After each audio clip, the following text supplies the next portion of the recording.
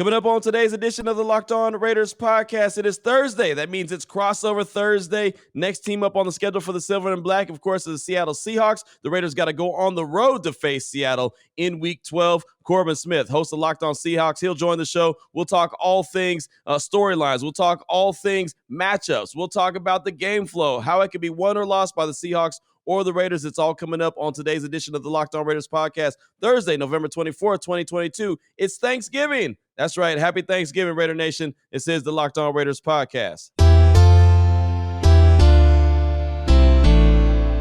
Just win. Just win. Just win. Just win. The autumn wind is a raider, pillaging just for fun. He'll knock you round and upside down and laugh when he's conquered and won. And won. And won. And won. And won. And welcome in, Raider Nation, to another edition of the Locked On Raiders podcast. Thank you so much for making the show your first listen each and every day. Remember, you can find the Locked On Raider podcast free and available on all platforms, including YouTube. If you're on YouTube, go ahead and hit that subscribe button. We definitely appreciate you. And, of course, shout out to my man Ari, doing a fantastic job behind the scenes, making everything go. Excited about this matchup. The Raiders coming off the win versus Denver Broncos. Can they get a win streak? The first win streak of the season. Can they go to Seattle and pick up the dub? Well, Corbin Smith, host of Locked On Seahawks, will join the show in just a matter of moments to talk all things storylines, matchups, and game flow. Before we get to that, though, I do want to let you know Crossover Thursday is presented by our friends at Prize Picks. Prize Picks is so much fun, it's easy to play. No competing with other players, just you versus the projections available. Pick 2 to 5 players. If they score more or less in their Prize Picks projection, you can win up to 10 times your money on your entry. It can literally take less than 60 seconds to enter. It is that easy. I know that everyone loves Prize Picks, and you're going to too. First-time users can receive 100% instant deposit match up to $100 with promo code LOCKED ON. That's prizepicks.com, promo code Locked On. So Raider Nation, as it is this Thanksgiving, very excited about the time you get to spend with your family, excited about having a little bit of downtime, and then boom, get right back at it. But before you do any of that, I know it's a football Thanksgiving as well, multiple games on today. Let's go ahead and get a little bit of a preview of Sunday's game, Raiders and Seahawks. With that being said, let's go ahead and jump into part 1 of the crossover edition. Corbin Smith and myself talking all things storylines when it comes to the Seahawks and the Silver and Black.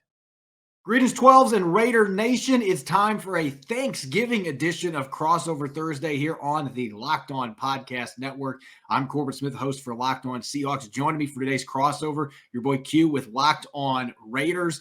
Old AFC West rivals meeting up at Lumen Field on Sunday. Seahawks coming off a bye week, hoping to get back to their winning ways, while the Raiders, they actually got to their winning ways, a big overtime win over Russell Wilson and the Denver Broncos this past weekend. Looking forward to breaking down that matchup. And this Crossover Thursday episode is presented by our friends at Prize Picks. Prize Picks is so much fun. It's easy to play. No competing with other players. Just you versus the projections available. Pick 2 to 5 players, and if they score more or less than their Prize Picks projection, you can win up to 10 times your money on your entry. It can literally take less than 60 seconds to enter. It's that easy. We love Prize Picks, and we know you will too. First-time users can receive a 100% instant deposit match up to $100 with the promo code LOCKED ON. That's prizepicks.com, promo code LOCKED ON. So we got this big matchup coming up at Lumen Field on Sunday. The Raiders at 3-7. They haven't been mathematically eliminated. In fact, there might be a chance that a team that started off slow can maybe make a second half run to a playoff spot in the AFC West. The Raiders are hoping they can get hot in the second half. The Seahawks coming off their bye week. I know it's been a struggle for Las Vegas this season. There were such high expectations for this team, for them to come out and win just 3 of their first 10 games. It's been very disappointing, and yet there seems to be a little bit of a change of vibe after getting that overtime win over the Broncos last weekend. Yeah, no, there is. And it's been a really weird season. There was a lot of high expectations, as you mentioned, going into the season. There's a lot of high expectations for the whole AFC West, right? The whole division is going to be the toughest division in football, and it hasn't been that. The Chiefs are the usual suspects. The Chargers have been, okay, and the Denver Broncos and the Raiders have not been good. You know, both teams have 3 wins. And so the biggest question for the Raiders is, like, what's gone wrong? Why, when you have Devontae Adams, when you have Darren Waller, when you have Hunter Renfrow, why hasn't things gone better? Max Crosby defensively, Chandler Jones. Well, you know, there's a lot of answers to that. Some guys haven't shown up like a Chandler Jones. Some guys aren't available like a Darren Waller and a Hunter Renfrow, and it just hasn't seemed to click yet. I still think that there's a lot of high expectations for this team moving forward. it's just not right now. Just don't really know what to expect from this team moving forward. I feel like every week is kind of like a game by game situation. You just want to see what they're going to do. Getting that win against Denver in overtime, I think, was a big deal. But how do you build on that, right? How do you take that same vibe that you had, that good feeling that you had? How do you take it to Seattle and a very tough place to play with a team that's very good, a team that's got a quarterback that no one expected to be this good. At least I know nobody on our end expected him to be this good in Geno Smith. And then, Pete Carroll in the defense and even the run game doing well. It's going to be a hell of a matchup on Sunday. I'm excited to see it. But I think that as far as just like kind of the biggest storylines when it comes to the Raiders, it's just been, where did it go wrong and why did it go wrong? Especially with a guy like Josh McDaniels as the head coach, who's a very well-known offensive-minded guy, and you thought that he was going to get the most out of the playmakers and just hasn't been able to do it as of yet. Is it coming? Who knows? We'll see what it looks like come Sunday. Yeah, consistency from my observations has been the biggest issue for this football team. And I'll admit it, I had the Raiders going to the Super Bowl. That was my preseason pick. I've been way on a lot of my picks, but that was the one that is way out of left field. I mean, even the Seahawks, I thought were going to be better than a lot of people. Not as good as they have been, right. But the Raiders, that was my biggest miss so far this year. I really was high on this football team, and it just has not panned out. And maybe the second half of the season, they can finish strong and maybe get themselves back into that discussion if they get on a long winning streak. The Seahawks are going to be hoping not to allow that to be the case, though, and they're coming up their bye. I think the biggest storyline with this football team, when you have a lot of rookies that are playing significant snaps, really from week one, are those players going to be able to continue playing at a high level and avoid the rookie wall? Sometimes rookies are able to get through the full first season. They're just fine. And then sometimes guys get to that 13th, 14th game, which is the max they usually play in college, and the wheels start to fall off a little bit. They did get their bye week in week 11, and I think that helps having a later bye week like that. And Pete Carroll doesn't seem like he's overly concerned about this being an issue, but Charles Cross and Abraham Lucas, your two starting tackles, both rookies, they've been starters since week one of the season. Third time that's happened for a team since 1970, the merger. It doesn't happen very often. They both are approaching the number of snaps they had last year in their final season in college. Tariq Woolen, their starting right cornerback, he's already vastly exceeded his career high for snaps in the season. This is only the third year he's played cornerback, but he never played over 600 snaps in college on defense. That's the first time that he's done it. Ken Walker III is going to be getting to 200 carries not too long from now. He has been a workhorse, but yet he doesn't have the carry numbers in college, at least until his last year at Michigan State. I can keep going. The rookies have gotten a lot of run for the Seahawks, and they've been very successful. It's been a big part of the reason this team is 6-4, and they're fighting for an NFC West championship that nobody saw coming, except maybe Pete Carroll and company themselves. But can those rookies continue to play at a high level? And are some of the veterans that haven't played as well as expected, like Darrell Taylor, are those guys going to be able to pick up some of the slack if the rookies do take a little bit of a step back, because they do get a little bit fatigued at the end of the season? It's a long season of the NFL, especially now with the additional game on there. Are the rookies going to hold up? And I think at least for these first few games out of the bye, they should be okay because they should be fresh. But I think long-term, that is going to be something that is interesting to look at with how many rookies and young players the Seahawks are counting on to make a big impact for them. I wanted to ask you about Tariq Woolen in particular. I watched him a lot when I was in Texas, and of course he went to UTSA. And I know that, or at least I thought going into the draft, he was going to be a project, but he was very athletic. He's long, he's fast, and I'm thinking, okay, he's going to be a really good DB. He was actually someone going into the draft I was hoping the Raiders were going to have an opportunity to grab. And, well, the Seahawks were smart, and they went and got him, and they went and got Kobe Bryant, another guy I was a big fan of coming out of Cincinnati. How shocked or surprised are you that especially Tariq Woolen was able to adapt to the NFL game as quickly as he has? I was surprised by it, but being one of the reporters that has been covering this team since the start of OTAs, I mean, I got to see him at rookie minicamp, and you could immediately see just the freak athlete that he is. And sometimes those freak athletes, it doesn't translate to being good football players, but you could just see it. There was a couple plays, and Pete Carroll pointed these out after one of their practices in that rookie minicamp, but actually one of their OTA practices. Marquise Goodwin, who's still a burner, can still run probably in the low 4.3s. And there were back-to-back plays running vertical routes in an OTA practice indoors that Woolen was just draped all over him. It didn't even look like he was running hard, and he was running stride for stride with Marquise Goodwin. And that really opened Pete Carroll's eyes. Like, this guy might be able to play quicker than we thought. And then training camp, he started off with a dominant first week of camp. Once the pads came on, kept playing well, and he ended up just outright winning that job. So he's vastly exceeded expectations. I didn't think he'd have 5 interceptions his first 10 games, but he's been a better tackler than I anticipated. The kid has just really taken to everything that this coaching staff has done with him so far. And the thing is, he's still very raw. And so if he actually figures this out a little bit more, it's scary to think what his ceiling looks like, because he already looks like a borderline all-pro caliber player. That's how good he's been this season. And I know the Raiders, even with their struggles, they've certainly had a few guys that have been playing to that level too. And it just, again, it surprised me they only have 3 victories this season because of that. Right. Well, believe me, it surprised everyone here in Las Vegas and all the Raider Nation as well. Like, wait a minute, what's going on? You got all these weapons and you can't figure out how to get it done. And, I think that win against Denver was a big one, though, just to find a way to win the one-score games. They were 0-6 leading into that Denver game in one-score games, whereas a year ago they were 7-2. So that's it right there, right? If you find out how to win the close games, you can win a lot of games in the NFL. And as you know, man, there's like a bunch of teams that are all clumped together with 5 and 6 wins. And there's the Chiefs have a really good record. The Vikings had a really good record. And then also the Cowboys beat the brakes off them. So there's so many teams that are just good and kind of clumped together. And then there's a couple of elite teams. And that's really it. The Raiders haven't found out a way to be a good team yet. So they're still trying to climb up and try to figure their way out. But they're in 3rd place now. And, they're looking at the Chargers and saying, you know what? The Chargers only have 5 wins. And the Raiders play them in a couple weeks. Maybe they can catch them. That's got to be the goal right now for the Silver and Black, is just catching that 2nd place team. And then if they can do that, well, all bets are off. See what happens after that. But you got to have little small goals. Take baby steps. You got to walk before you can run. And that's what the Raiders are trying to do right now. Took the words from my mouth. Baby steps for the Raiders. Yeah. They're hoping that first baby step was last week and they can take another one this week. Meanwhile, the Seahawks are hoping to put up the baby gate and stop them in Lumen Field. We're going to get to the matchups, a few key matchups to watch in this game coming up next on our Thanksgiving edition crossover Thursday episode.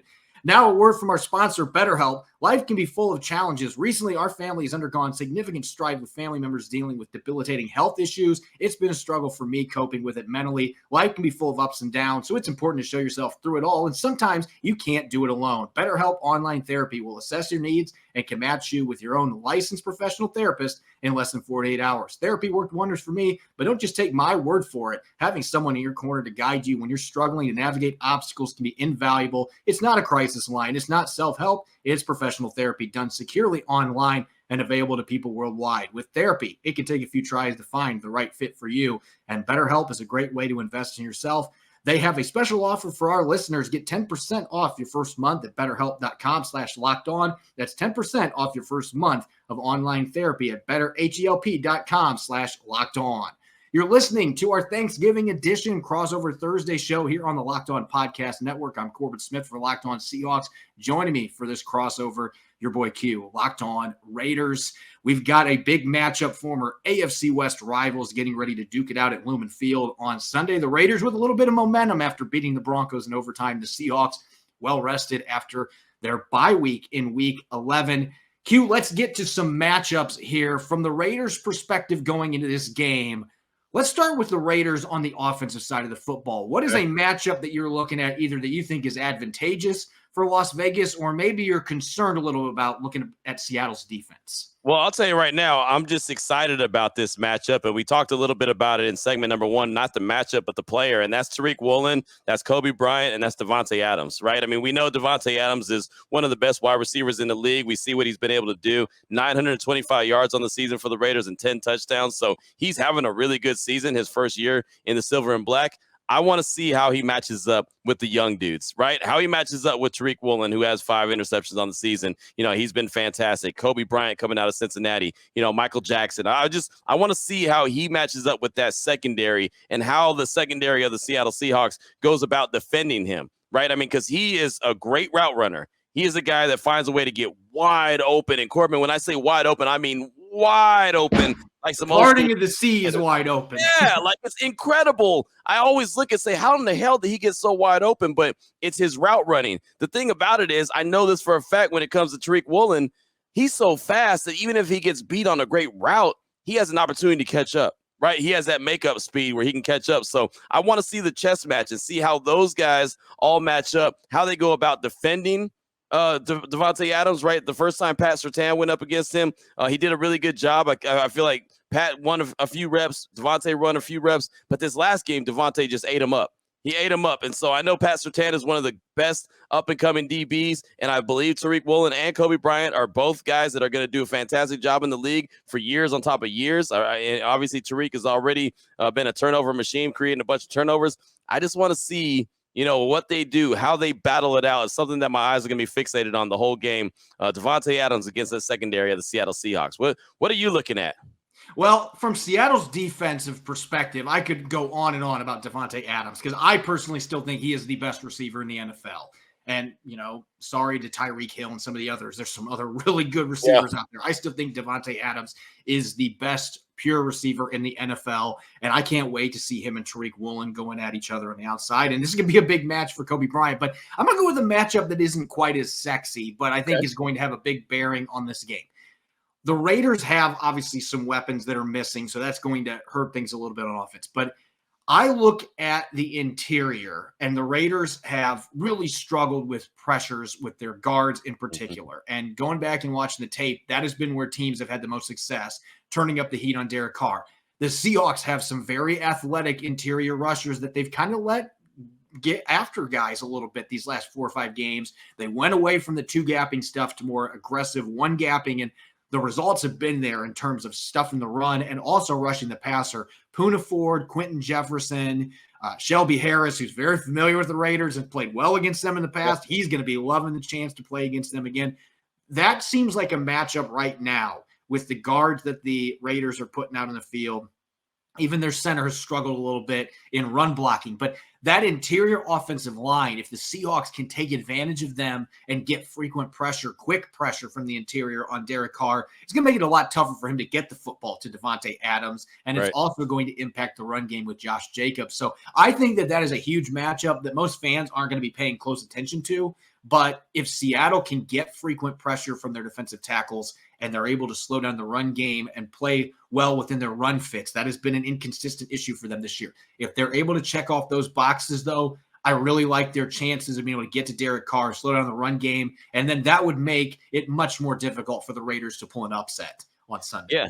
No, yeah, that's a great point. And then the offensive line in general, has got a lot of work to do. Colton Miller, who's their stud left tackle, didn't even play last week. He had a shoulder and an abdomen injury, so it's going to be interesting to see if he's able to go. They had Jermaine Illuminor out there, and Dylan Parham, who's a third-round pick out of Memphis, has been in the interior. He's been doing well. Andre James at the center position has been, he's been good. He hasn't been great. And then, you have other guys, right? You have other guys that are trying to kind of put it all together. And I kind of like the direction that they're going, but it's not there yet. So that could be a matchup to definitely pay attention to. And obviously the Raiders are very familiar with all those guys on the defensive line for Seattle. I mean, 2 out of 3 of them played with the Raiders at one point. So it's going to be a good matchup for sure. That offensive line for the Raiders has been something that we've been paying attention to all year because it's never been something that was just set in stone. Let's flip the gears here real quick. You just talked about the Raiders and offense. What scares you the most, or maybe what's something that you think you can take advantage of if you're the Raiders going against this Seahawks offense?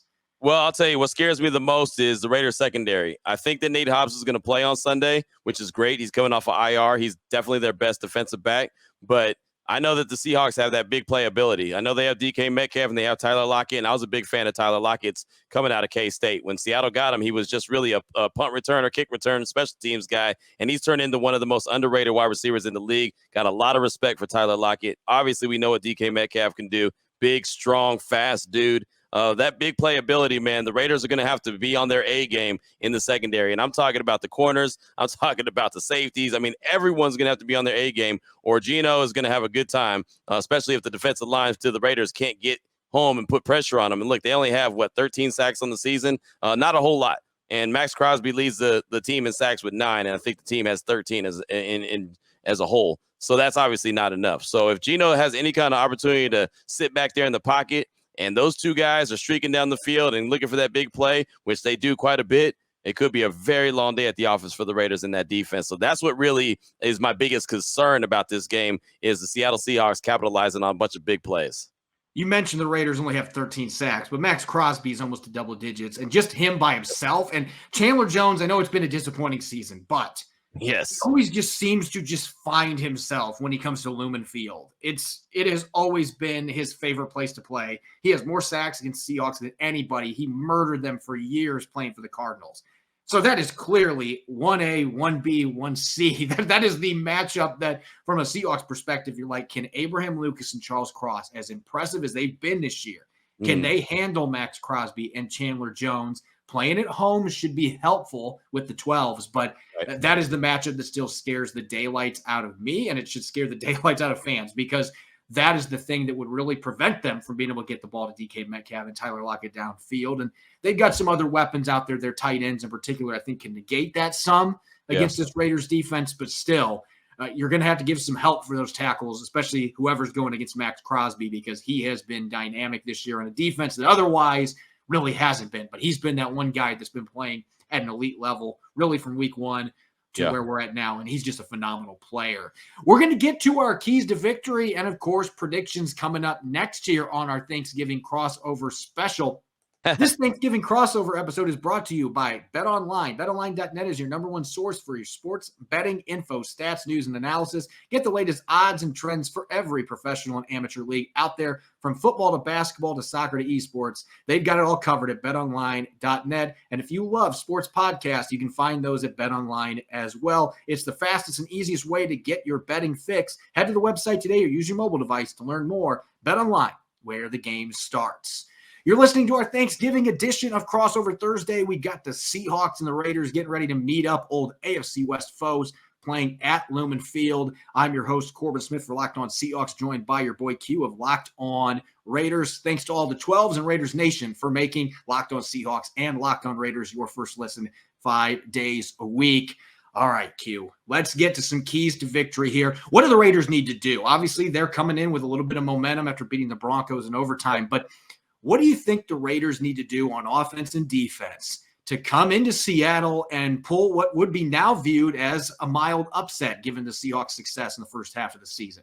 Well, first of all, they have to stop shooting themselves in the foot. And what I mean by that is just unforced penalties. They've had so many penalties, especially early on in the game, where all of a sudden you look up and it's 1st and 20 or 2nd and 30. Or, it's just they get so far behind the chains, it's almost impossible to get away from. So that's the first thing that they have to do is make sure that they could stop shooting themselves in the foot, play clean football. And, one of the craziest things is going back to preseason. I know you can't tell everything by a team in the preseason. They hardly had any penalties and they had no turnovers, right? They were really clean in the preseason. Then all of a sudden they got to the regular season. It's like they got back to the old Raider way where it's committing penalty after penalty after penalty and having just false starts and illegal formation. And, just stuff that's not even effort penalties, just stupid penalties. And so they've done a lot of that. Last week against the Broncos, they almost had 100 yards in penalty yards. You can't do that. That team is not good enough to overcome that consistently. Now, they were able to overcome it with the Broncos. The Broncos don't have a very good offense. They were only averaging 14 points a game, and they got 16 points. So there's that. But they got to stop doing that. And then I think that Josh Jacobs is going to have to be a big factor in this game. I know Tom Brady not Tom Brady. He didn't run the ball, but the Buccaneers had a really good day running the rock against Seattle when they were in Germany, and there could be multiple reasons for that. But the Buccaneers are not a team that runs the ball very well. The Raiders do run the ball really well. So Josh Jacobs has to continue doing what he's done. He's been fantastic this season, 930 yards rushing, 7 touchdowns on the season, hasn't missed a game. The dude's like the 3rd leading rusher in the league. He's just balling out of control. If they can establish that run and get him running downhill behind his pads, all of a sudden that opens everything else up. Then all of a sudden they start cheating up. The defense starts cheating up a little bit, and that's when he has an opportunity to hit Devontae Adams. And Devontae Adams has a chance to get loose, and maybe a Mac Hollins has a chance to get loose. But, really, it's going to be the Josh Jacobs and Devontae Adams show because Hunter Renfrow and Darren Waller are out. But I just think that Josh Jacobs has to get rolling, and to make him and allow him to get rolling, they have to stay in front of the chains. They can't get, in 2nd and long, 1st and long, all that good stuff. And they can't get behind by multiple scores. If they get behind by multiple scores, they stop running the ball. So really, I mean, stupid penalties, eliminate those. Get Josh Jacobs going and don't get behind early. If you get behind early too much, then Josh Jacobs is going to get eliminated. Then it's going to be pass, pass, pass, pass. And that's usually not a recipe for success. So offensively, that's what they're going to have to do. What's Seattle going to have to do offensively to come away with the victory on Sunday? I'm going to be very quick and to the point. Start fast. They can't do what they did against the Buccaneers 2 weeks ago in Germany, where they got shut out in the first half. And I didn't like the game plan they came out with. Sometimes I feel like offensive coordinators in this league, I understand that you want to keep defenses on their toes, but you don't see Andy Reid out there saying, you know what, I'm not going to throw the ball to Travis Kelce here in the first half. Let's see if we can find another way to move the ball. No, you're going to find different ways to get him the football, but you're going to feature your playmakers. And so I didn't like the fact that Seattle I think that they have the best trio of tight ends in the NFL. They might not have an elite guy at that position, but in terms of top tier talent for their top three guys, Noah Fant, Colby Parkinson, and Will Dissly have been fantastic this year. And it gives you a lot of flexibility. They had one tight end target in the first half against Tampa Bay. Ironically, second half, hey, let's start throwing the ball to tight ends. Suddenly this offense came to life. They almost came back and won the game. So come out fast, get your tight ends involved. The Raiders have not been able to defend tight ends to save their life this year. So get these three guys the football, and then that opens up Ken Walker III. That opens up DK Metcalf and Tyler Lockett downfield against the secondary, as you mentioned, that's got a lot of question marks. I think you can get the entire offense opened up, not by establishing the run, but establishing your tight ends. And then as for the defensive side of the football, it's very simple to me. Can you get pressure with your interior guys, and can you fix your run fit issues? Because that was the problem against the Buccaneers. It's not that they don't have the talent up there. They were not executing their run fits. If they can do that in this game and they're able to get the interior pressure, as I mentioned earlier, I think that is the number one key in this game. Because it allows you to limit Josh Jacobs. And also, Derek Carr gets rid of the ball so quick. The best way to put pressure on him is in the interior. And there have been some teams that have been able to do that this year. Seattle has the talent there to do it, but they've been so inconsistent. They need to take advantage of the crowd getting into it, get after Derek Carr. I think if the defensive line in general wins in the trenches, the Seahawks can win this game convincingly. But we'll see if that happens. They've been very up and down there this year, despite the experience and talent that they have. Let's get to the predictions real quick, too, because obviously, this, you look at the records and you would think the Seahawks are going to dominate this football game just based off of that. And they're playing at home. But I don't know about you, but I go into this game thinking that this one's going to be pretty tight. I do too. Yeah, I think it's going to be a very tight game, and I know it's tough to play in Seattle, and I believe the Raiders haven't won in Seattle since like 98. So it's been a long time coming. Also, the weather, as you very well know, the weather is going to be a factor. So and the crowd's going to be a factor. There's so much to go against this. I think that the Raiders have the talent to play with anybody. I'm just not convinced that they're going to go on the road for the second week in a row and win. Right, just they have so many mistakes that they make. Now they could fool me and not make mistakes. I think they're going to run with Seattle the whole time. I think it's going to be close. I don't think it's going to be a blowout. Honestly, in this game, man, it's going to come down to turnovers. If the Raiders can create a couple turnovers, I think they win the game. But if they can't create any turnovers, I think the Seattle wins it. They might win by 4, or 3, they might win by 7. I don't know. But if the Raiders don't create any turnovers, then Seattle, I think, is going to win it. So I guess that'll be my caveat. I don't know what the score is going to be. I have no idea. It's just how it goes sometimes. But if the Raiders create a turnover or 2, I'll say that they win. But if they don't, then Seattle's going to get the dub. I know it's like a terrible way of making a prediction, but that's the best way. That's the best I got right now. I think it boils down. I just mentioned this for me, for Seattle. Can you find a way to start fast? If they can come out of the gate and get a couple touchdown drives, even if they get a touchdown and a field goal early on their first couple of drives, get off to a fast start. And I think that the Raiders are one of those teams that if you can squish them early, the Broncos couldn't do that last week. After they got up 10-0, they kind of took their foot off the pedal. But if you can keep the foot down on the Raiders, it's a team that's 3-7 for a reason. They're going to wilt.